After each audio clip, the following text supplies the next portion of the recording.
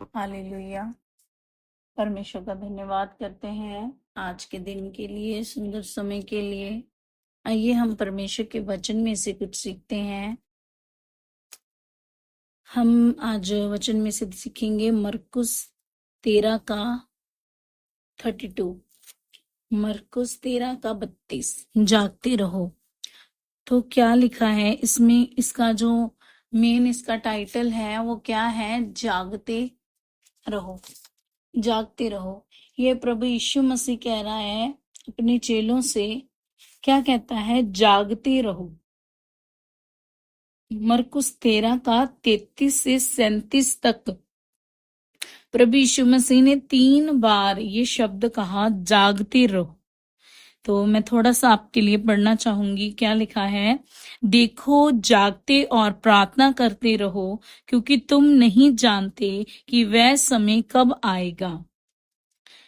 ये उस मनुष्य की सी दशा है जो परदेश जाते समय अपना घर छोड़ जाए और अपने दासों को अधिकार दे और हर एक को उसका काम बता दे और द्वारपाल को जागते रहने की आज्ञा दे।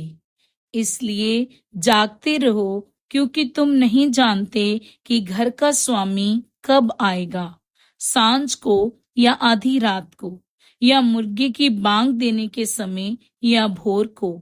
ऐसा न हो कि वह अचानक तुम्हें सोते पाए। और जो मैं तुमसे कहता हूँ वही सबसे कहता हूँ, जागते रहो। और जो मैं तुमसे कहता हूँ वही सबसे कहता हूँ, जागते रहो। मतलब प्रभु यीशु मसीह ने हम सबको क्या कहा है? यहाँ पे हमें बार बार कहा जा रहा है, जागते रहो, जागते रहो, जागते रहो, है ना? तो किस नींद से जागने के लिए प्रभु यीशु मसीह हमें कहता है? कौन सी नींद में हम हैं जिससे हमें जागने की आवश्यकता है? प्रभु यीशु मसीह किस रीति से हमें जागने के लिए कहता है? यहाँ पे प्रभु यीशु मसीह हमें आत्मिक नींद से जागते रहने के लिए कहता है कि हम आत्मिक नींद से जागते रहें, कहीं हम आत्मा में ना सो जाएं, है ना? तो आत्मिक नींद से हमें जागते रहने के लिए क्या करना होगा? हमें संसारिक रीति से, शारीरिक नींद से भी हमें जागते रहने की आवश्यकता है। तो कैसे हम जागते रह सकते हैं? और आज हम देखेंगे, क्या हमारे जीवन में ऐसा कुछ तो नहीं पाया जाता कि हम आत्मिक नींद में हैं या हम सो रहे हैं आत्मा में? क्या हमारे जीवन में ऐसा कुछ तो नहीं कि जिससे ये हमें महसूस हो रहा है या हमें पता चले कि हम कहीं आत्मिक नींद में तो नहीं? हम देखेंगे कुछ पॉइंट्स जिसके द्वारा हमें पता चलेगा कि हम आत्मा में जाग रहे हैं या सो रहे हैं। तो जो लोग या हम में से कोई भी लोग जो आत्मिक नींद में है, उसके जीवन में क्या क्या चीजें पाई जाती होंगी जो आत्मिक नींद में हैं, जो आत्मा में सो रहे हैं। उनके जीवन में पहली चीज जो होगी वो क्या होगी? विश्वास की कमी होगी। आप उनको जितना भी कहें कि परमेश्वर आपके लिए खड़ा है, वो आपकी लड़ाई लड़ता है, वो आपके लिए युद्ध लड़ता है, वो आपके जीवन में कार्य करेगा, लेकिन उनके अंदर विश्वास की घटी पाई जाएगी, विश्वास की कमी पाई जाएगी। बात बात पे वह डोल जाएंगे, बात बात पे वो निराशा में चले जाएंगे। क्यों विश्वास की कमी होती है? विश्वास आता कहां से है? अब मैं सारे वचनों को पढ़ के आपको प्रॉपरली अगर बताऊं तो टाइम उसके लिए ज्यादा हो जाएगा, तो ऐसे ही मैं बताती हूँ। वचन में लिखा है, विश्वास सुनने से और सुनना परमेश्वर के कलाम से, खुदा के वचन से होता है। हमें अगर अपने विश्वास में मजबूत होना है, विश्वास में अगर हमें पक्का होना है, दृढ़ होना है, तो हमें ज्यादा से ज्यादा वचन पढ़ने की जरूरत है। तो पहली जो चीज हम देख रहे हैं यहाँ पे, जो आत्मिक नींद में है लोग, उनके जीवन में विश्वास की कमी पाई जाएगी। तो आज हमें अपने जीवन को जांचना है कि कहीं हम आत्मिक नींद में तो नहीं, क्या हमारे जीवन में विश्वास की कमी तो नहीं पाई जा रही। तो जो दूसरा पॉइंट है वो क्या है, शारीरिक काम। तो फिर जब हम आत्मिक नींद में होते हैं, जब लोग आत्मिक नींद में होते हैं, तो वो संसारिक कामों में ज्यादा इंटरेस्टेड होते हैं।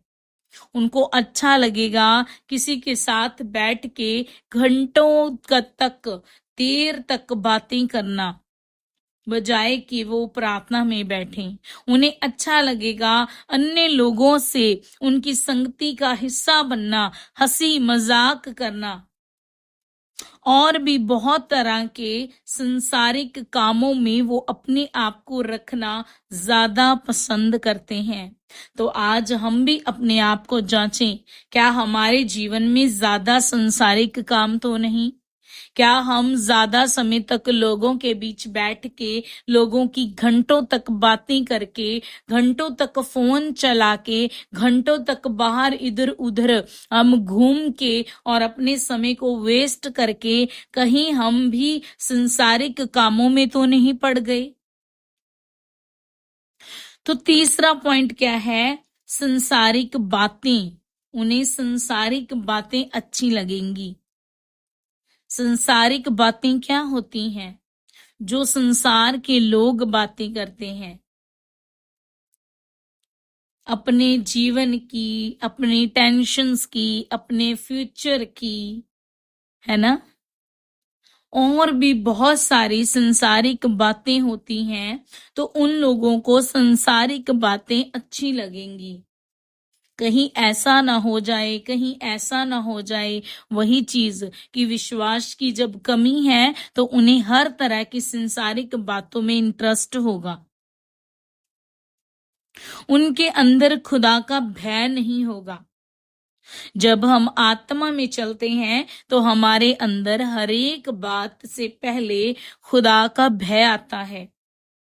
लेकिन जब हम आत्मिक नींद में होते हैं तो हमारे अंदर खुदा का भय नहीं होगा। कुछ भी बात करते हुए किसी की निंदा, किसी की चुगली, किसी को बुरा कहना, किसी को जज करना, हमें कभी भी खुदा का भय नहीं आएगा कि परमेश्वर हमें देख रहा है। उसने हमें कहा कि तू किसी का न्याय ना कर। हम लोगों की पीठ के पीछे उनकी बातें करना पसंद करेंगे। हमें परमेश्वर का कोई भय नहीं होगा। हमारे जीवन में ऐसी ऐसी चीजें होंगी, मान लो किसी के साथ ठगियां कर लेनी, है ना, किसी का बुरा सोचना, किसी के बारे में बुरी चीजों का करना, बुरी बातों का बोल देना। ये कब हम करते हैं, जब हमारे अंदर परमेश्वर का भय नहीं होता, जब हम आत्मिक नींद में होते हैं। तो हमें जांचने की जरूरत है, क्या हम आत्मिक नींद में तो नहीं, क्या हमारे जीवन में ये बातें तो नहीं पाई जाती। तो दूसरा पॉइंट, आगे का पॉइंट, फिफ्थ पॉइंट क्या है, खुदा के लोगों से, मतलब आत्मिक लोगों से वो लोग दूरी बनाना पसंद करेंगे। उनको नहीं अच्छा लगेगा ऐसी संगतियों में बैठना, ऐसे लोगों का हिस्सा बनना।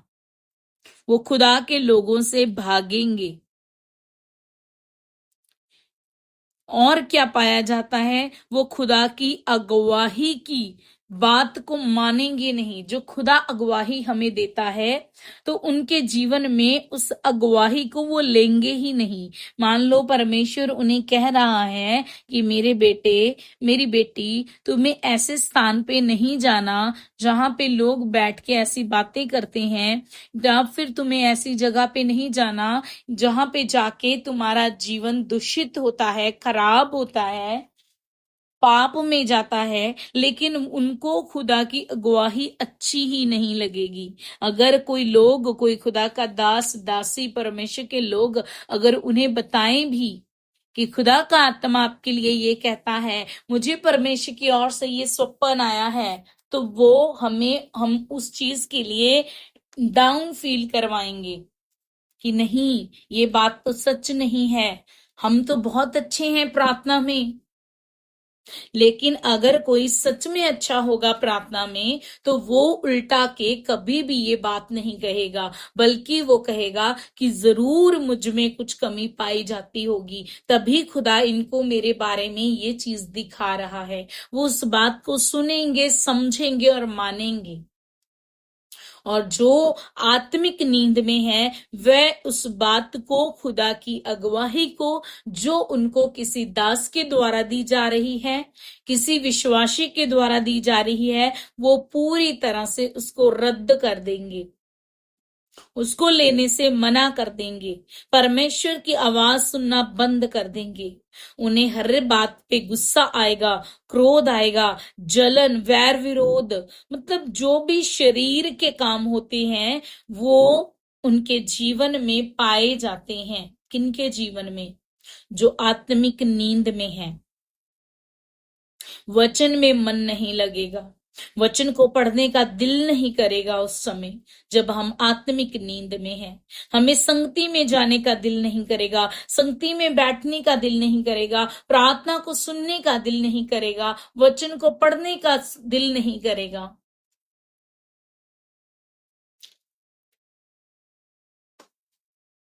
प्रेयर में मन नहीं लगेगा। और कोई भी ऐसी चीज जो परमेश्वर अपने बच्चों के लिए कहता है कि आप आत्मिक रीति से आगे बढ़ो, प्रार्थना में आगे बढ़ो, आत्मिकता में आगे बढ़ो, उनको इनमें से कोई भी बात करनी अच्छी नहीं लगेगी। उनको आराधना करना और आराधना सुनना भी अच्छा नहीं लगेगा। क्योंकि क्योंकि क्या होगा तब? आत्मिक नींद में होंगे वो लोग। उन्हें कुछ भी ऐसा पसंद नहीं जो परमेश्वर के हमें नजदीक लेके जाए। हम एक एग्जाम्पल देखेंगे, एक वचन मैं आपके लिए पढ़ना चाहती हूँ। इन सारे जो हमने पॉइंट्स बताए हैं वो सारे पॉइंट्स को ये वचन अच्छे से डिफाइन करेगा। तो मैं आपके लिए पढ़ूंगी योना नबी की पुस्तक में से योना 1:4-6। योना 1:4-6। तो क्या लिखा? तब यहोवा ने समुन्दर में एक प्रचंड आंधी चलाई और समुन्दर में बड़ी आंधी उठी, यहाँ तक कि जहाज टूटने पर था। तब मलाह लोग डरकर अपने अपने देवता की दुहाई देने लगे और जहाज में जो व्यापार की सामग्री थी उसे समुन्दर में फेंकने लगे कि जहाज हल्का हो जाए। परंतु योना जहाज के निचले भाग में उतरकर सो गया था और गहरी नींद में पड़ा हुआ था। क्या लिखा? योना ने क्या किया? योना जहाज के निचले भाग में उतरकर सो गया और गहरी नींद में पड़ा हुआ था। क्या होगा फिर जब हम आत्मिक नींद में होते हैं? जब हम आत्मिक नींद में चले जाते हैं, जब हम यीशु मसीह के कहने के अनुसार जागते नहीं रहते, प्रार्थना नहीं करते, जब हम आत्मिक नींद में चले जाते हैं, तो फिर हमारे साथ क्या होता है जो हमने योना नबी की पुस्तक में से देखा? क्या हुआ उनके साथ? योना ने परमेश्वर की अगुवाई को नहीं लिया, परमेश्वर की अगुवाई में वो नहीं चले, उन्होंने अपनी मर्जी की। परमेश्वर कहीं और भेजना चाहते थे अपने काम के लिए, लेकिन वो उस काम को करने के लिए उस जगह पे जाना ही नहीं चाहते थे। वो अपनी मर्जी से तरशीश की ओर जाने लगे, अपनी मर्जी से। क्यों उन्होंने ऐसा किया? क्योंकि वो आत्मिक नींद में थे, है ना। तो क्या लिखा है कि योना नबी क्या हुआ, वो जहाज के निचली जो हिस्सा है वहां पे जाके सो गए, गहरी नींद में सो गए। जब हम आत्मा की गहरी नींद में, आत्मिक नींद में, मतलब कि आत्मा में जब हम सो जाते हैं तो हमारे जीवन में क्या होता है? तो शरीर की नींद भी हमारे ऊपर हावी होने लगती है, हम परमेश्वर से दूर भागने लगते हैं, हमें परमेश्वर का काम करना उत्तम नहीं लगता,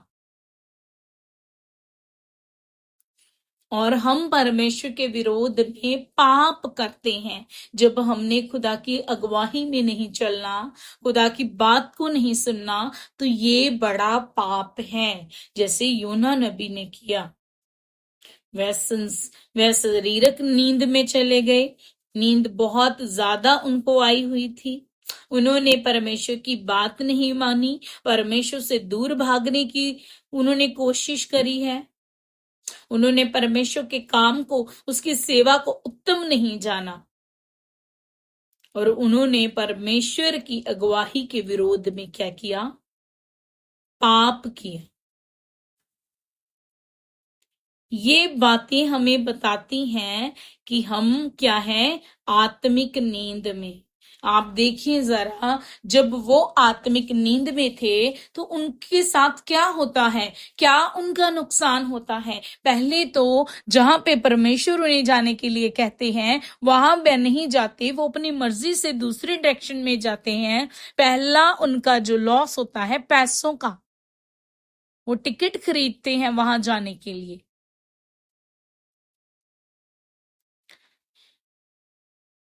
दूसरा क्या होता है कि वो उनकी वजह से, उनकी गलती की वजह से दूसरे लोग भी परेशानी में चले जाते हैं।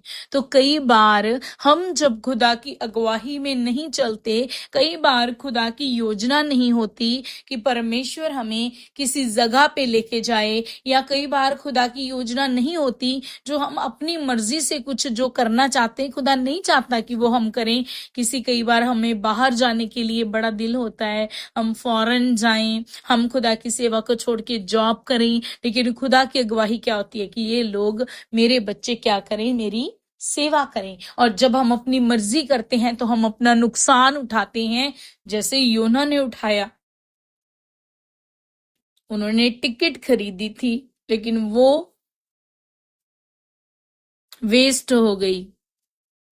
फिर दूसरी चीज क्या हुई कि उनके कारण, उनके पाप के कारण उन्होंने उस जहाज में जितने लोग थे उन सबको दुख में डाल दिया, परेशानी में डाल दिया।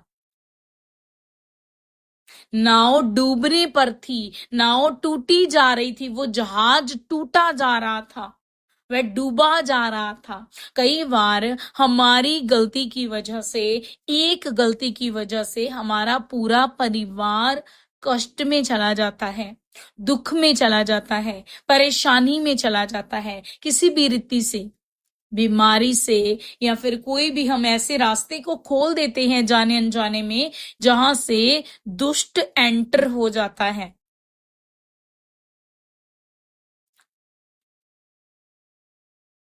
योना के कारण वो लोग भी दुख में पड़ गए। तो ऐसे ही जब हम खुदा की अगुवाई को नहीं मानते, परमेश्वर के विरोध में पाप करते हैं, तो हमारा परिवार भी दुख में कई बार चला जाता है, वो भी परीक्षा में पड़ जाता है।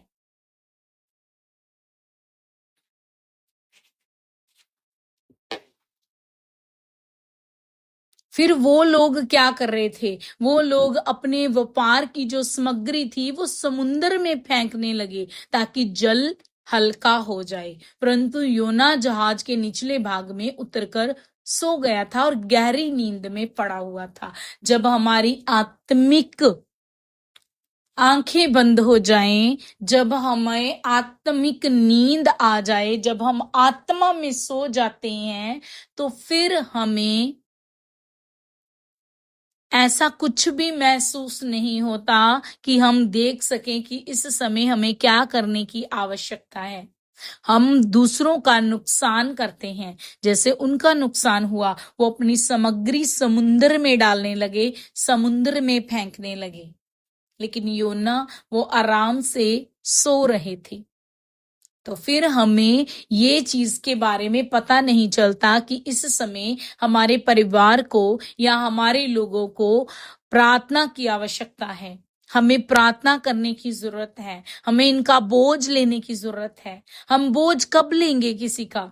हमें कब अंदर से किसी के ऊपर तरस आएगा? कब हम किसी का बोझ उठा सकेंगे? जब हम आत्मा में जागते होंगे, जब हमारी प्रार्थना अच्छी होगी, जब हमारा आत्मिक जीवन अच्छा होगा।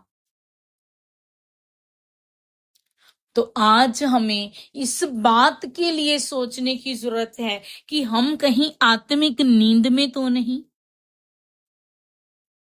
आत्मिक नींद में, आत्मा में सो जाने से हमें भारी नुकसान उठाना पड़ता है। हमारी चीजों का नुकसान होता है, हमारे टाइम का नुकसान, योना के टाइम का नुकसान हुआ है ना। फिर दूसरों का भी हम नुकसान करते हैं, दूसरों को मुसीबत में डाल देते हैं, फिर खुद दुख में हमें रहना पड़ता है। योना को फिर समुन्दर में उठा के फेंक दिया गया और वह 3 दिन मगरमच्छ के पेट में रहे। क्या वहां पे उन्होंने बड़ा एंजॉय किया होगा? अंधेरा ही अंधेरा होगा, गंदगी होगी, स्मेल होगी, है ना। दुख में चले गए वो। क्यों चले गए? क्योंकि वो खुदा की अगुवाई में नहीं चले, क्योंकि वो आत्मिक नींद में थे, आत्मा में वो सो रहे थे। तो हमें ऐसे नहीं करना। फिर उनको, जब उन्होंने, फिर क्या ऐसा हमें करने की जरूरत है? अगर ऐसी परिस्थिति बाय चांस आ भी जाए तो लास्ट में हमें क्या करने की जरूरत है? योना ने क्या किया? उसने परमेश्वर के आगे माफी मांगी। उसने मान लिया कि हाँ परमेश्वर, मैं तेरे काम को करूंगा। तो फिर 3 दिन के बाद उस मगरमच्छ को परमेश्वर ने आज्ञा दी और योना को उसने उस जगह पे उगला, तट के ऊपर, जिस जगह पे परमेश्वर उन्हें जाने के लिए कह रहे थे। अगर वो समुद्री जहाज के द्वारा नहीं उस जगह पे आए तो खुदा ने मच्छ को ठहरा दिया कि जा भाई, उसको लेके अब उस जगह पे। और कितने दुखों में 3 दिन तक उन्होंने कैसी कैसी चीज को सहा होगा, कैसी गंदगी को, बदबू को, अंधेरे को, डर को, भय को। तो इससे बेटर क्या है कि हम आत्मा में जागते रहें। अगर बाय चांस कोई ऐसी जगह पे पहुंच भी जाता है तो हमें क्या करना है? सबसे पहले योना ने क्या किया? तौबा की, माफी मांगी, है ना। फिर उसने प्रार्थना करी परमेश्वर के आगे, है ना। तो हमें भी सबसे पहले परमेश्वर से तौबा करनी है, प्रार्थना करनी है, खुदा की हजूरी में जाना है, संगति का हिस्सा बनना है, वचन को पढ़ना है, खुदा की अगुवाही को लेना है, परमेश्वर के कामों के लिए खड़े होना है, अपने आप का सिरेंडर करना है परमेश्वर के आगे। हमें खुदा की हजूरी से भागना नहीं, हमें दूसरों का भी बोझ लेना है। अपनी अपनी बुलाहट के अनुसार हमें चलना होगा। तो इसलिए यीशु मसीह अपने चेलों को समझा रहे हैं, सिखाते हैं कि तुम जागते रहो। तुम नहीं जानते कि वो घड़ी कब आए। जब उनको भी सलीब के ऊपर चढ़ाया जाना था, तब भी उन्होंने अपने चेलों को कहा कि तुम जागते रहो, कहीं तुम परीक्षा में ना पड़ो। और जब हम जागते नहीं रहते, जब हम आत्मा में सो जाते हैं, जब हम जब सोए हुए होते हैं, जब हमें आत्मिक नींद आ जाती है, प्रेयर बंद हो जाती है, संगति का हिस्सा नहीं रहते, प्रार्थना नहीं करते, वचन नहीं पढ़ते, खुदा के साथ संगति नहीं रखते, तो फिर हमारे जीवन में क्या आता है? परीक्षा। तो हमें क्या करना है? जागते रहना है। हमें जागते रहना है, प्रभु की वाट को जोते रहना है। हमें योना की इतनाई नहीं बनना, उनकी तरह हमें नहीं करना है। हमें परीक्षा में पढ़ के फिर प्रभु की बात को नहीं मानना, हमें पहले ही मान लेना है। तो हमें हर एक किसी को क्या जरूरत है? आत्मा में जागते रहने की, लगातार प्रार्थना करने की। तो परमेश्वर का धन्यवाद करते हैं इन वचनों के लिए। परमेश्वर हम सबको इन वचनों के द्वारा बड़ी आशीष और बरकत दे। परमेश्वर हमें अपने हाथों में लेके चलाए, ताकि हम कभी भी आत्मा में सोए ना, बल्कि हम जागते रहें, निरंतर प्रार्थना करते रहें, खुदा की अगुवाई में चलते रहें, और उसने जो सेवा कार्य के काम हमारे जीवन में रखे हैं, उसकी बुलाहट के अनुसार हम आगे बढ़ें और परमेश्वर के कामों को करें। प्रभु यीशु के नाम से मांगते हैं, आमीन, आमीन, आमीन।